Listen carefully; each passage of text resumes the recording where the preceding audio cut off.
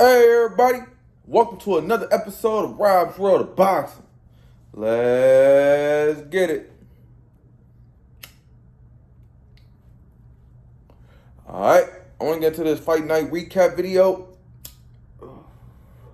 The card that took place Saturday, August 27th, 2022. It transpired on ESPN, ESPN Plus. It was a top rank and Bob Arum promotion. It was in Tulsa, Oklahoma. It came on at 10:30 p.m. Eastern Time. The main event was Richard Commey versus Jose Pedraza. Let's get into it. All right. The first fight I seen on that card was a 4-round contest at light heavyweight. Light heavyweight is 175 pounds, if you didn't know. It was between Dante Benjamin Jr. and Leandro Silva. Dante Benjamin Jr. was 3-0 with 2 KOs. Leandro Silva was 3-6 with 2 KOs. All right. Silva is an MMA fighter. Dante Benjamin corner was screaming, "Stop this guy! Stop this guy!" Like first round into a round into the fight, it was screaming, "He's not on your level. He's a bum." That's still screaming going to the final round. He's a bum. Stop him. But yeah, he didn't stop him, man. He didn't stop him at all. But nonetheless, man, it was a good job from Benjamin, man. He needed to work on his defense, and he needed to work on his head movement and keeping his head off the line. But other than that, man, it was a good showing, good performance, man. Good job from Dante Benjamin Jr. getting the win. Advancing his record, though. 4-0 with 2 KOs. Can't knock out everybody.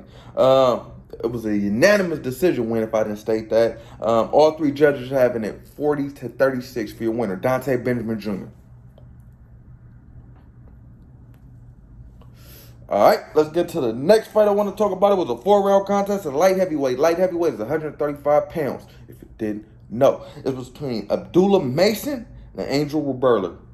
Abdullah Mason was 3-0 with 3 KOs. He's 18 years of age. Angel Reberler was 5-0 with 3 KOs. He's also 18 years of age. So the battle, the 18-year-olds. All right. Abdullah Mason actually knocked down his opponent a few moments into the first round with a cuff and hook.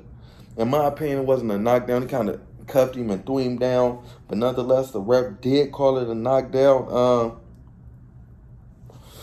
This is the first fight that Abdullah Mason has went past 3 rounds. So that was some good experience for him, man. It was a good fight for Mason, man. Reberler was crowding Mason all night. Had to making Mason uncomfortable, man. Mason usually, his first 3 fights, he was looking pretty comfortable in there, man. Looking like a natural, man. But this fight, he was looking kind of uncomfortable, and I give that props to Reberler, man. He's a dog, man. But nonetheless, it was a unanimous decision win from Abdullah Mason. One judge having it 39-36, and the other 2 judges having it 40-35. For your winner, Abdullah Mason. All right, let's get to the next card I want to talk about. The next fight I want to talk about. It was a 6-round contest at junior welterweight. Junior welterweight is 140 pounds, if you didn't know. It was between Kelvin Davis and Sebastian Chavis. Kelvin Davis was 5-0 with 4 KOs. Sebastian Chavis was 5-4 with 2 KOs. All right. Kelvin Davis is the brother of Olympic boxer Keyshawn Davis. And also, Kelvin Davis is getting trained by Bo Mack, the trainer, Hall of Fame, and probably, arguably pound for pound #1 fighter in the world right now, Terrence Crawford. So yeah, he trained by Bo Mack. This fighter was 2 lefties going at it, so that's some good shit, get him in there with a lefty, give Kelvin some experience looking at left-handers. All right, let's jump into the contest. So it was a 2nd round knockdown for Kelvin Davis with a 1-2, a right uppercut and a left hook combo, dropping Chavis in the 2nd round. All right, 4th round, Davis dropped Chavis again with another 1-2. He was 1-2 that boy up. Davis, man, he looks good in there, man. He's big, no homo. He's rangy.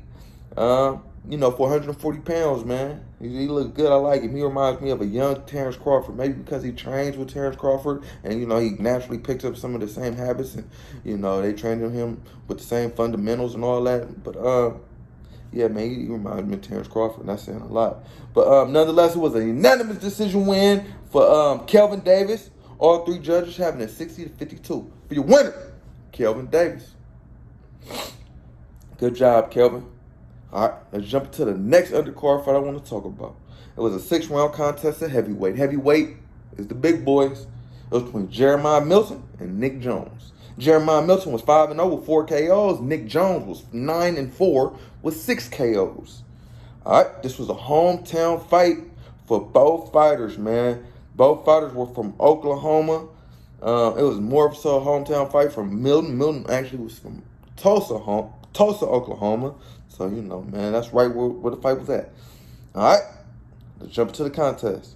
Milton KO'd Jones in the 2nd round with like an uppercut, hookish punch. Yeah, it was weird. It was like a Manny Pacquiao type punch. But actually, no, it wasn't like a Manny. It reminded me of the Jamel Charlo and Eric Lubin fight when he dropped Lubin with that punch, that uppercut type hook. Yeah, it was one of those. Yeah, it was over, man. He was sleeping in front of all those people. He was out of there. Milton, he's decent, man. He has power, but most of heavyweight do, man. I need to see more from Milton. This was a pretty quick contest. This was my first time seeing him, so I need to see more, to make a determination on what I feel really about Milton, man. But nonetheless, it was a good job from Jeremiah Milton, advancing his record to 6-0, 5 KOs. Good job, man. 2nd round TKO for Milton. Well, 2nd round KO, my fault. He wasn't nothing technical about it. He knocked his ass out. All right, let's get to the next fight I want to talk about on the card. It was an 8-round contest at heavyweight, as I just stated. Heavyweight is the big boys. It was between Effie Ajaba and Joseph Demaris. Effie Ajaba was 15-1. Damn, I ain't put down the KOs he had, but I know he got a lot. Joseph Demaris was 14-4 with 3 draws, 10 KOs. All right, Effie Ajaba, this was his comeback fight. He took a pretty lengthy layoff after his first loss of his career. I guess to regain his thoughts and confidence and just learn some new skills before he throws himself back at in the fire. But all right, after the all right, let's get into the contest. Ajaba dropped Demaris in the 2nd round with the right hand to the body and ended up finishing with the right hand to the temple later on in that round, man. Scoring a 2nd round KO win for Effie Ajaba, advancing his record to 16-1, getting back to his winning ways, man. Effie Ajaba is a dog, man. He lost to Frank Sanchez. Frank Sanchez is a boxer, man. At heavyweight, you're not gonna find too many boxers at heavyweight. So yeah, I really like Effie Ajaba, man. Keep it up, man. Don't let that little loss discourage you. All right. Get to the next fight I want to talk about on the card. It was a 6-round contest at junior welterweight. Junior welterweight is 140 pounds. If you didn't know, it was between Tiger Johnson and Harry Gigaliotti. Tiger Johnson was 4-0 with 3 KOs. Harry Gigaliotti was 8-3 with 3 KOs. All right, Tiger Johnson reflexes was off the chart, man. Period. In this fight, yeah. Overall. It ended up being a 5th round corner stoppage for win for Tiger Johnson after hitting Gigaliotti with everything but the kitchen sink in the 5th round. And yeah, man, Gigaliotti was not on Tiger level, man. But yeah, man, 5th round, 5th round KO win for Tiger Johnson, man, advancing his record to 5-0 with 3 KOs. No, 5-0 with 4 KOs. My fault. Let me short your KOs, Tiger. Good job, man. He been on this KO shit lately. He been knocking out everybody he been in the ring with. This is his 3rd KO in a row for Tiger Johnson. After starting his career with, not a lot of KOs. All right. I think, after starting his first couple fights without a KO. All right. Let's get into the next fight I want to talk about on the card. It was a 6-round contest at heavyweight. As I just stated, heavyweight is the big boys. It was between Richard Torres Jr. and Marco Caneda. Richard Torres Jr. was 2-0, 2 KOs. Marco Caneda was 4-2, 2 KOs. All right, it was a first-round knockdown, 20 seconds into the fight for Richard Torres Jr. Then he finished off his opponent with something fucking vicious, man. God damn. With a 1-2, a left-right combo, it was all she wrote. Woo, God, he put that boy to sleep in front of all those people. It was, man, yeah, God damn. Marco Caneda was in that bitch motionless, boy. He was for like 5 minutes. He wasn't moving. I was scared for him. I was scared for Cuz. Yeah, but good shit, Torres. He's getting his pro feet wet, man. He's getting his pro feet under him because he already got him wet. But yeah, man, his first fight, he was looking kind of But his last two, he been looking good, man. Pause. I'm loving his improvement, from fight to fight. But nonetheless, it was a first-round KO win for Richard Torres Jr., continuing his winning ways. All right, let's get into the next undercard fight I want to talk about on the card. It was an 8-round contest at heavyweight. Heavyweight is the big boys. It was between Jared Anderson and Majan Rovacanin. Jared Anderson was 11-0, 11 KOs. Majan Rovacanin was 24-2 with 16 KOs. All right. Jared Anderson was coming off the longest layoff of his career, his young career. All right, but it didn't mean nothing, man. It ended up being a 2nd-round KO win for Jared Anderson. He KO'd his opponent after breaking his body down, and then going back upstairs, finishing his opponent off with a right-hand hook to the temple, causing his opponent to crumble, and giving him a 2nd-round KO win, advancing his record to 11-0 with 12 KOs. Good job, Jared Big Baby Anderson, man. He's the truth, man. He's the future at heavyweight, man. Especially for the USA, man. I say he's the best prospect we had at heavyweight, man, in a long, long time. About 15, 20 years, man. I ain't gonna lie to you. He's a good-looking American heavyweight. No homo, pause. But all right, let's jump into the main event. The reason why, I ain't even gonna say that this fight, cause it was okay main event. But those undercard fights is the reason I tuned in. So shit, hopefully that was the reason why y'all tuned in too. Cause if y'all just came for the main event, y'all missed out on some good undercard shit. But let's jump into the main event. All right, it was between Richard Commey Jr. and Jose Pedraza. It was a 10-round contest at junior welterweight. Junior welterweight is 140 pounds. If you didn't know, Richard Commey Jr. was 30-4 with 27 KOs. Jose Pedraza was 29-4 with 14 KOs. All right, man, this was a back and forth contest. Both fighters really not, pulling away, man. But let's jump into it, man. 2nd round, Commey started connecting with that left hook. Commey pressure and power was giving Pedraza problems, man.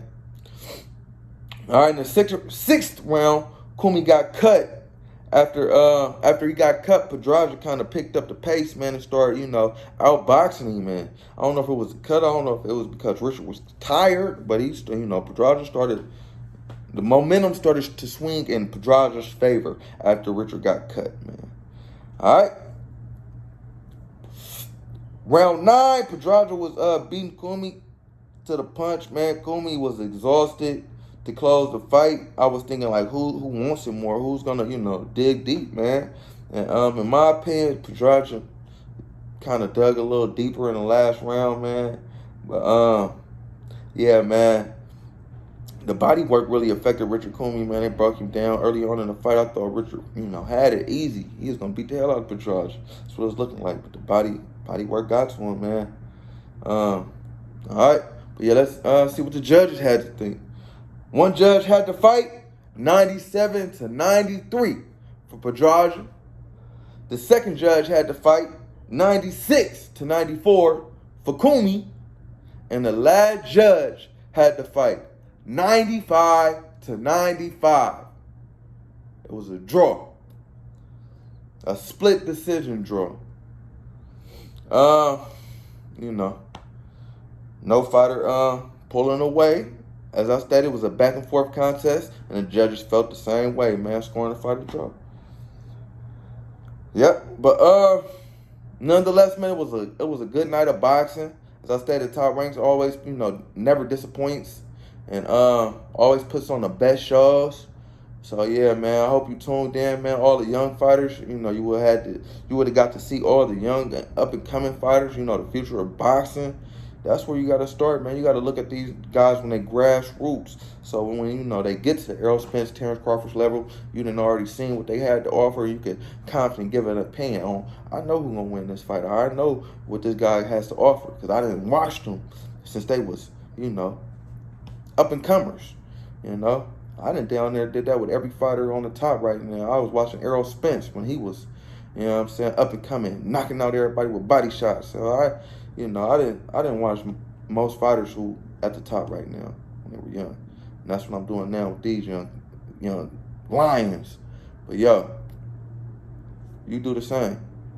And next time you see a ESPN card, tune in early, man. I'm telling you, these young dudes are dogs. But yo, like, comment, subscribe, all that shit, people.